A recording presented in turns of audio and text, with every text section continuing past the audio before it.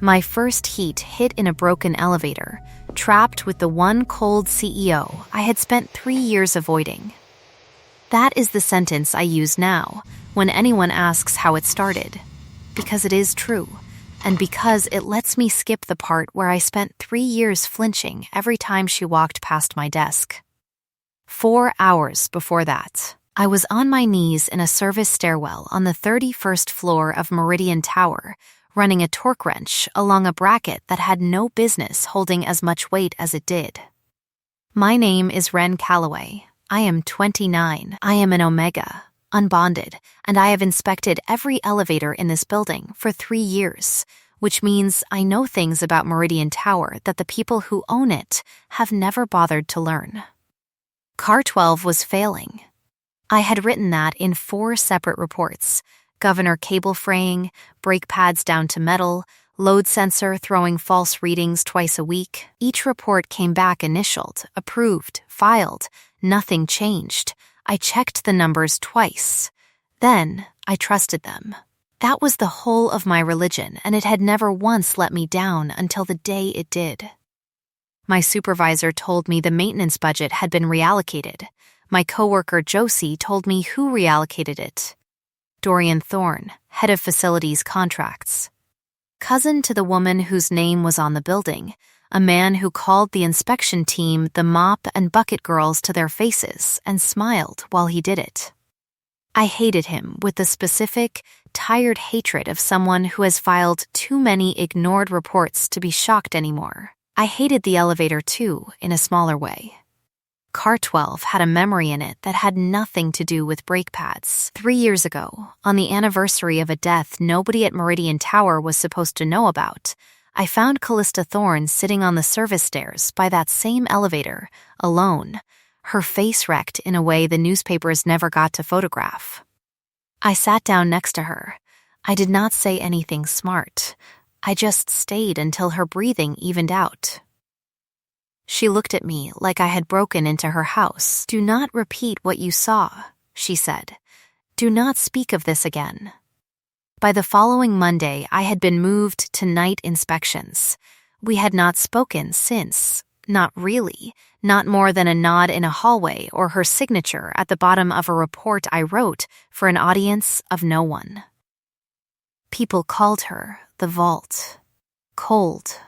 Precise. Unbreakable, the kind of alpha who ran a 48-story tower the way other people ran a stopwatch. I had seen the door in the vault once, and she had slammed it on my fingers, so when Priya Nandakumar, her head of security, found me in the stairwell at 4:41 p.m. and said the executive elevator on 47 needed a manual inspection before anyone else rode it tonight, I did not want to go. I went anyway. That was the job. The doors of Car 12 opened onto the executive floor with a small, unimportant shutter that I noted and did not like. I stepped in with my level and my flashlight, and my grandfather's brass spirit level clipped to my belt, the one with WC scratched, crooked into the side, because I had engraved it myself at 19. Badly. Proudly. I was halfway through checking the load plate when the doors opened again, and Callista Thorne walked in without looking at me. She smelled like cold brass and rain on stone, the way she always did, a scent I had spent 3 years pretending not to notice in hallways. She had a folder under one arm, and her jaw set like a closed account. The doors shut. The car did not move. At 4:58 p.m., the lights flickered once, then held. I felt it before I understood it, a lean in the floor, half a degree, maybe less. I set my level down on the plate and watched the bubble drift wrong. "We're not moving," Callista said. It was not a question. "No," I said. "We're not."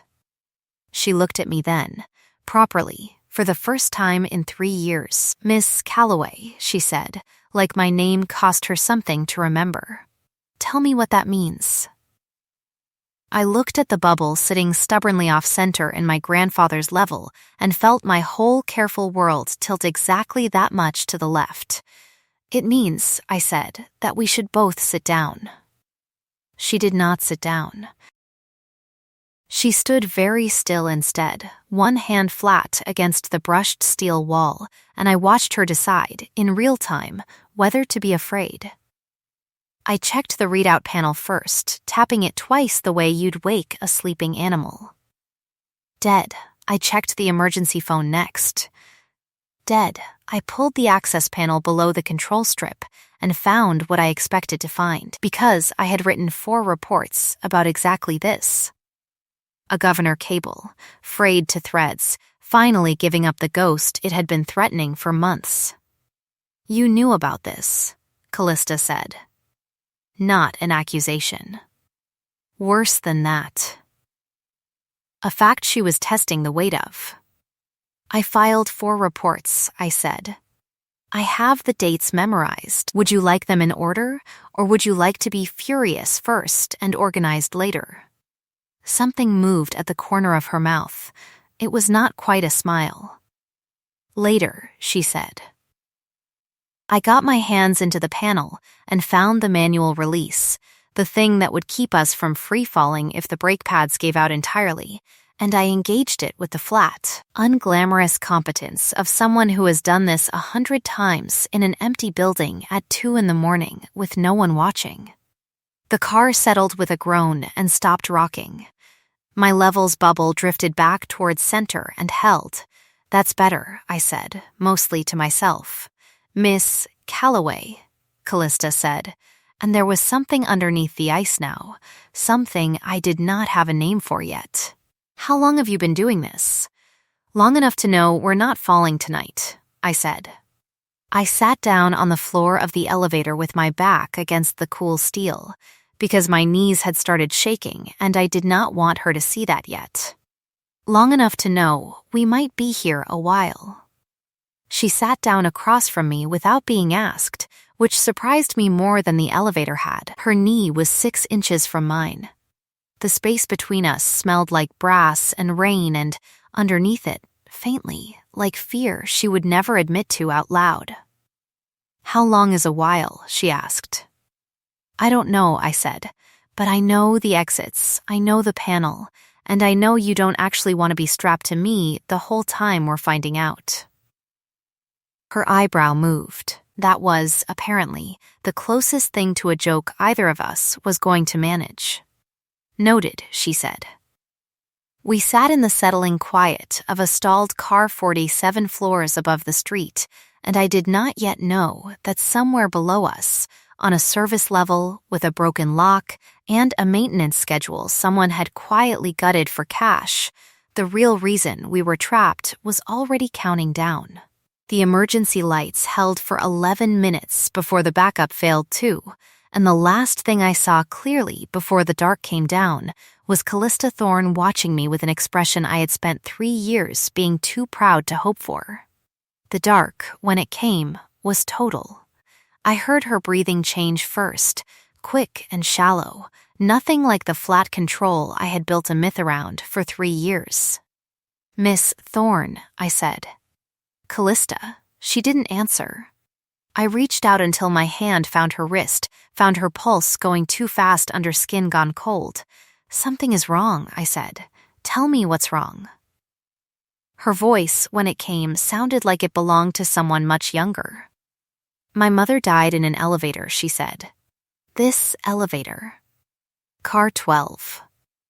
I was 12 years old. I sat with that for a second, the weight of it landing somewhere under my ribs.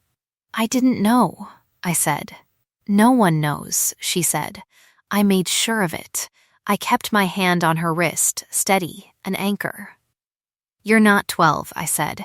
You're 47 floors up with an inspector who just personally throttled the failure that killed her. I am not going to let this car become a second story with the same ending. She laughed, one broken sound, more relief than humor.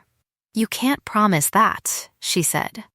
I can promise I checked the brake line myself, I said. I check the numbers twice, then I trust them. It's the only thing about me anyone's ever been able to rely on. Her hand turned under mine in the dark until it was her fingers closing around my wrist instead. Then I'll trust it too, she said. We didn't move for a long time after that. When the emergency phone crackled briefly to static-choked life around 6, a dispatcher's voice, thin and apologetic, told us the storm knocking out half the district's grid had also taken the backup generator feeding this shaft, and repair crews were stacked 4 buildings deep. "Do you have water?" the voice asked. "Do you have space to sit?" "We have both," I said, and did not say the third thing, which was that I did not know how much longer I had before the thing my failing suppressant patch had been holding back all week finally broke loose completely. I felt it first as warmth low in my belly, easy to mistake for nerves. By the time the dispatcher signed off with a promise of 6 more hours minimum, I knew exactly what it was, and I knew exactly whose scent had just gone from background comfort to something my body was reorganizing itself around. 6 hours, Callista repeated. Quiet. Are you all right? Your heart's going fast. It's the patch, I said, forcing the words out flat and clinical because clinical was the only shape I could hold them in. Shipment's been late for 2 months. Budget line got cut. I'm due for a heat inside the next 48 hours under normal conditions. The silence that followed had a different texture than the dark, and these aren't normal conditions, Callista said. No, I said. They're really not. I felt her go very still beside me, the particular stillness of someone doing math they did not want to finish. Ren, she said, and it was the first time in 3 years she had used my name without a title in front of it. Tell me exactly what you need from me in the next 6 hours, and I will do it, and nothing else. You have my word before this goes any further. I laughed, a little wild around the edges. That's a strange thing to promise a woman you fired out of your sightline 3 years ago. I never fired you, she said. I was a coward and I moved you somewhere I wouldn't have to see what I'd done to you. It is not the same thing, and I have known that for 3 years, and I am sorry. The dark made it easier to say things. I found that out then, the way I would keep finding it out for the rest of that long, stalled night. I'm sorry too, I said, for thinking I hated you when what I actually did was miss you. Her thumb moved once against my wrist, slow, deliberate. Tell me about the reports, she said. All 4 of them, in order. You promised me organized eventually. So I told her. Every date, every ignored warning, every time Dorian's signature appeared under mine, with a red line through the repair budget. She listened the way no one at Meridian Tower had listened to me in 3 years, and somewhere in the telling, her scent shifted under the cold brass, warmed at the edges, rain going to something closer to green growing things. I noticed. My own scent, honeyed fig, and sun-warmed cotton on my best days had already started running hot and strange. Sweetening in a way that had nothing to do with fear anymore. You should move to the far wall, I said, when I felt the first real wave crest low in my spine. Please, before this gets worse. She moved. I heard the scrape of her jacket against steel, felt the 6 careful feet she put between us, and understood, with a clarity that cut through even the haze starting to build behind my eyes, that she was doing it because I asked and for no other reason.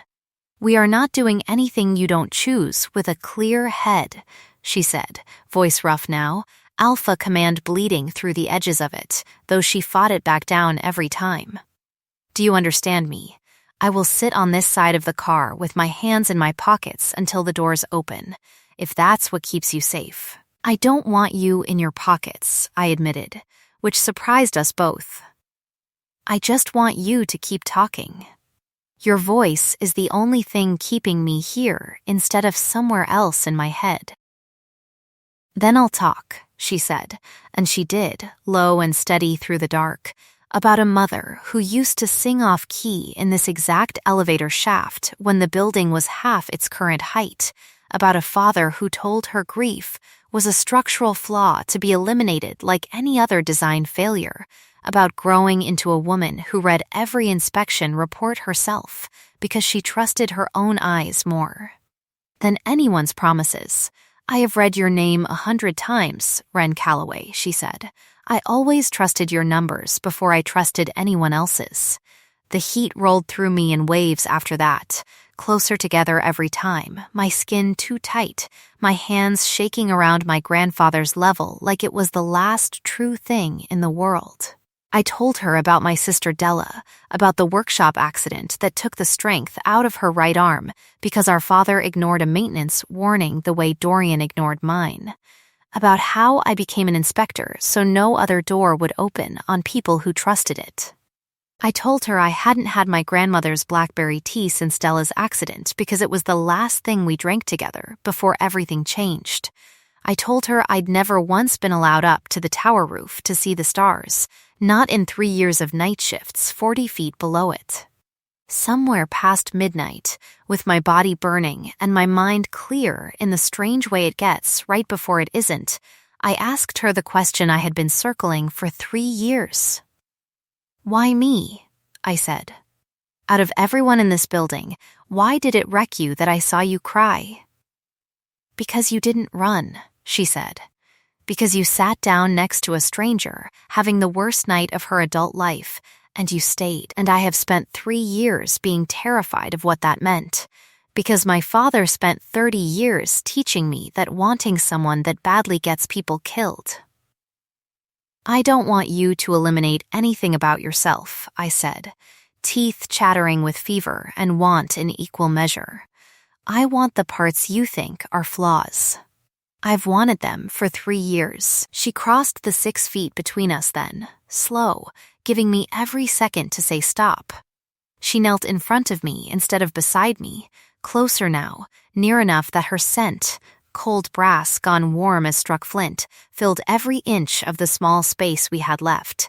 Tell me to stop, and I will, she said, one hand hovering an inch from my jaw. Ask me with your words, and I'll do that too. Don't stop, I said. Kiss me. Just that. Nothing past that tonight. Just that, she agreed, and her mouth found mine in the dark, careful at first, then not careful at all. One hand cradling the back of my skull like something she'd been forbidden to touch and had decided, finally, she would rather burn for than live without. My whole body arched toward the warmth of her, and she held the line anyway. One hand fisted in the fabric of my sleeve instead of my skin, breathing hard against my mouth like a woman holding a door shut against a storm. We stayed like that, forehead to forehead, her restraint the loudest thing in the car, until the emergency lights stuttered back on at 1:12 a.m. And somewhere far below us, metal screamed against metal as the rescue crew finally forced Car 12's outer doors. They pulled us out into a hallway full of flashing lights and Priya Nandakumar's furious, relieved face, and the last thing I remember clearly before the fever took the rest of the night from me was Callista Thorne carrying me out of that building in her own arms, refusing every offered stretcher, saying I've got her, like it was a fact and not a request. I woke 2 days later in a bed that was not mine, in a room with floor-to-ceiling windows and morning light pooling gold across pale sheets, my body aching in the specific hollowed-out way that follows a heat finally broken.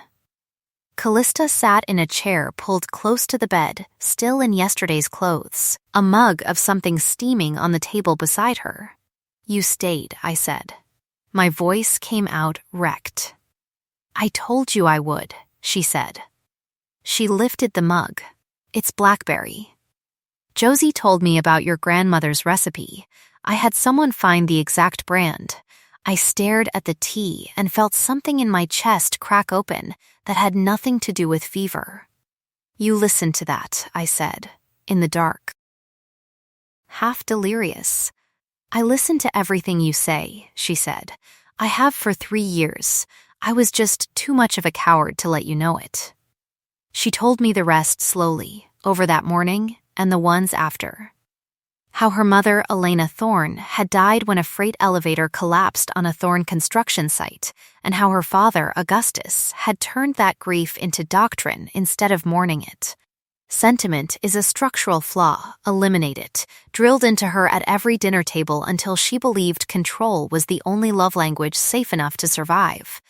How she had personally reviewed every safety report filed at Meridian Tower for 6 years, not out of paranoia, but because it was the one way she could still protect the people her mother never got to protect.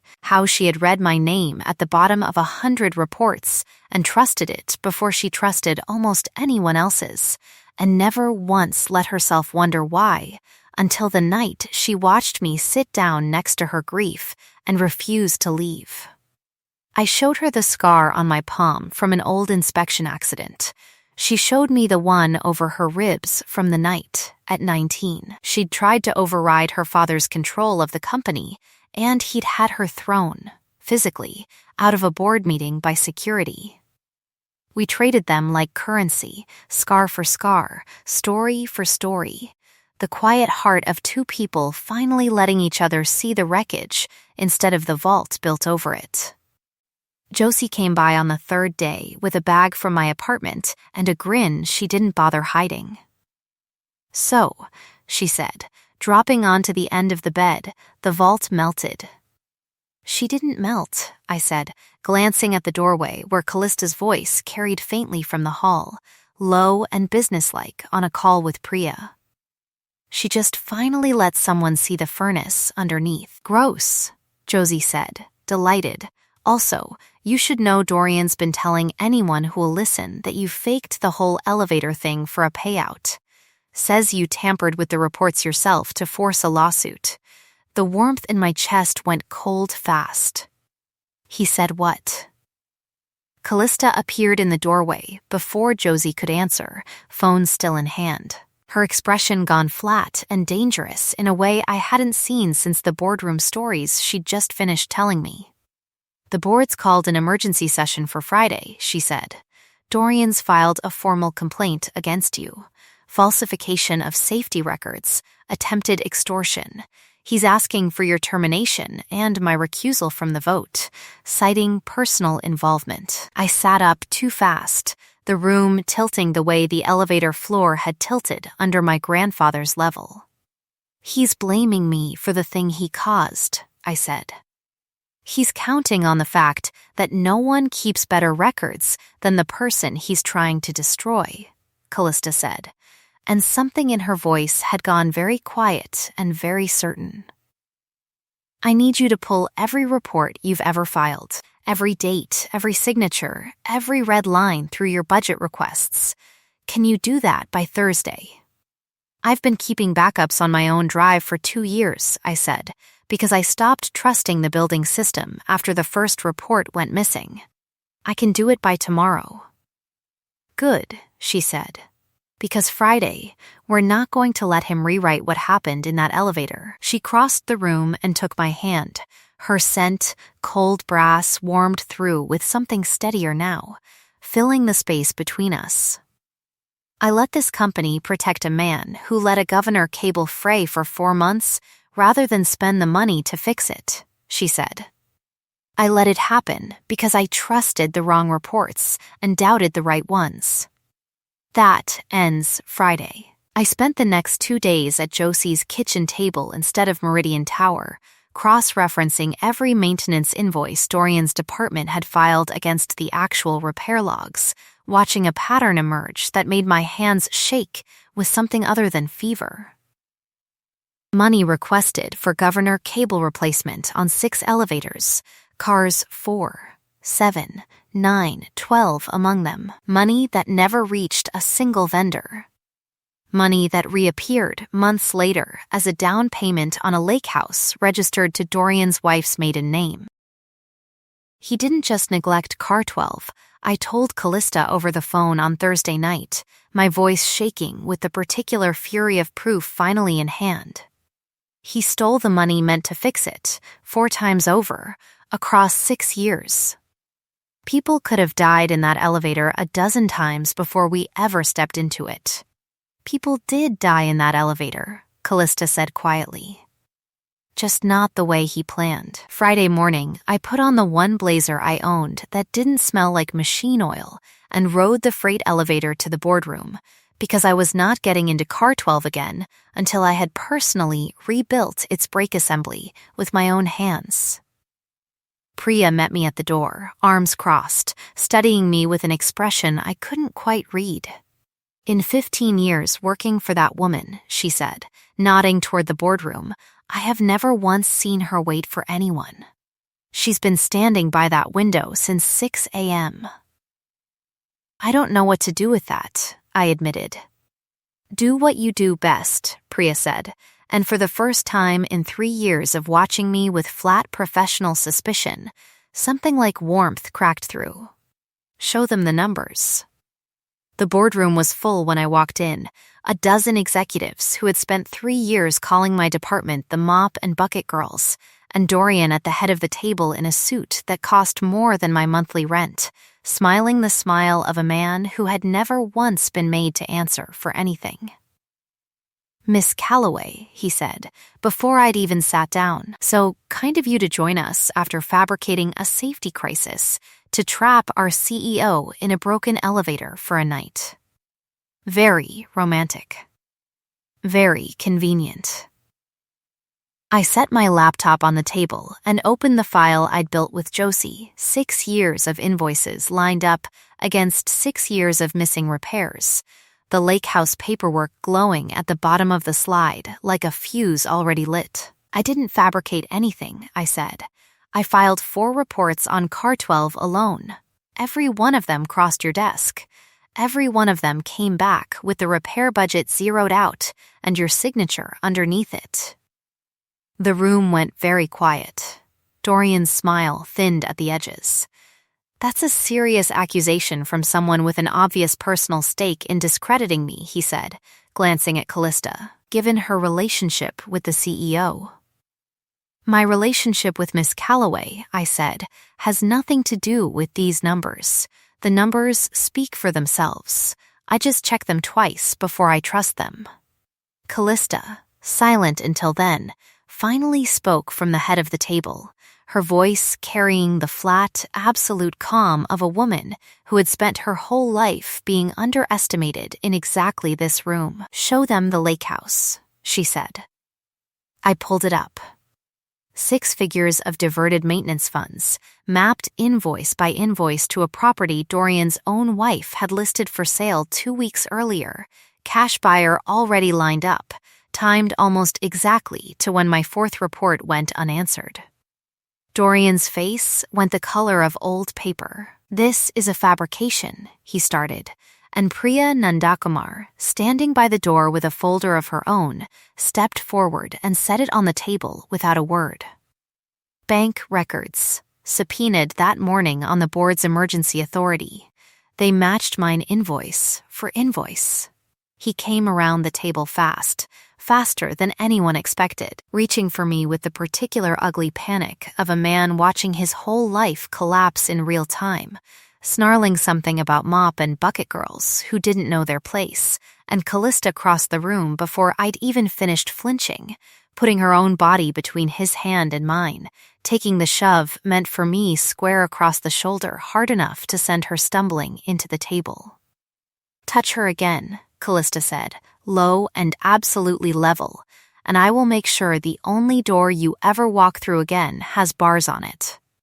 I grabbed her arm before the rest of the room could see what came next in her eyes, the thing her father's doctrine had spent 30 years teaching her to become. He's not worth it, I said. Let security do the rest. That's what receipts are for. She stopped. I watched her choose me over 30 years of control doctrine screaming at her to finish what he'd started, and something in her whole body eased, like a bridge finally settling onto load-bearing ground instead of a promise. Security removed Dorian from the building within the hour. The board voted his termination unanimously by noon, and by Friday evening, the district attorney's office had opened a fraud investigation with 6 years of my inspection reports as its foundation. The story broke that weekend, and this time, it broke the right way. Meridian Tower's CEO personally led the internal investigation that exposed 6 years of embezzled safety funds. Built entirely on the work of an inspector the company had spent 3 years ignoring. Reporters camped outside the lobby, wanting the story of the broken elevator and the CEO who wouldn't leave her side. Callista gave exactly one statement, standing at the same podium where Dorian used to preside over budget meetings, my hand in hers in front of every camera in the building. Wren Calloway kept this building standing for 3 years, while the people meant to listen to her didn't, she said. That ends today. Every safety report filed at Meridian Tower will go through her department first, with a budget no one can touch again. And she deserves to hear, publicly, what I was too proud to tell her privately for 3 years. I love her. I have loved her since the night she sat down next to my grief and refused to leave, and I am done pretending that scared me more than losing her would. The room that had called me the mop and bucket girl for 3 years went completely silent. Then, astonishingly, broke into applause, Josie whistling loud enough to carry over all of it. That night, back in the apartment at the top of the tower I still hadn't fully believed was hers, Callista led me by the hand up a final narrow staircase I'd never been allowed to climb, out onto a roof garden strung with quiet lights, the whole sky finally open above us, more stars than I'd seen in 3 years of night shifts, spent 40 floors below this exact spot. You said you'd never seen this, she said. I wanted the first time to be with me. I turned to find her already watching me, that scent, brass, and rain gone warm and open as a held breath, filling the space between us. Ask me, I said, with your words. Same as the elevator. Wren Calloway, she said, and knelt, right there on the roof, pulling a small velvet box from her jacket pocket like she'd been carrying it for days, waiting for exactly this sky.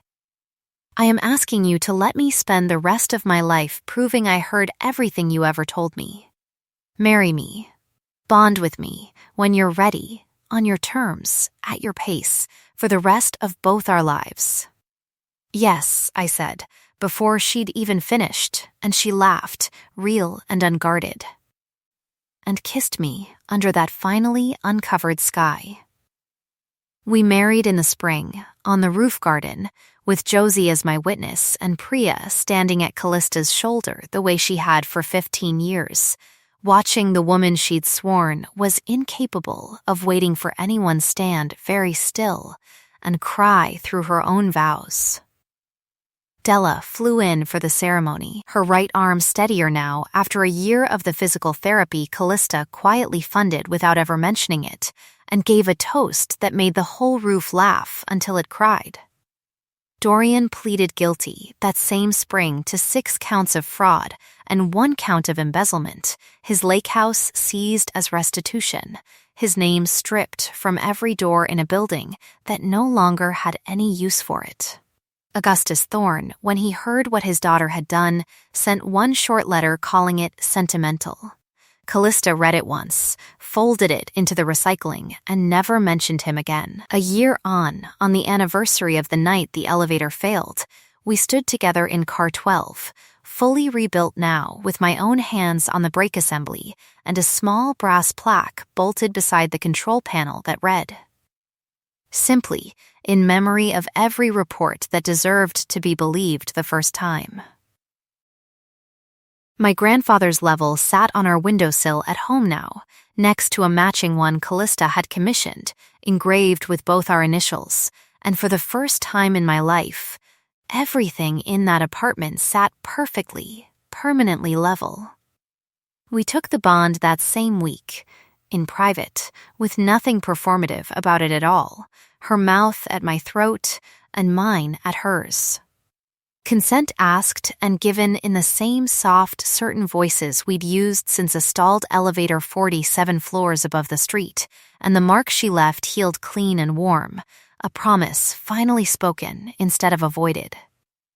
Sentiment was never the flaw, she told me, months later, morning light pooling gold across our bed the way it had the first morning I woke in her arms. It was the only sound part of me. I just needed someone patient enough to check the numbers until I trusted them too.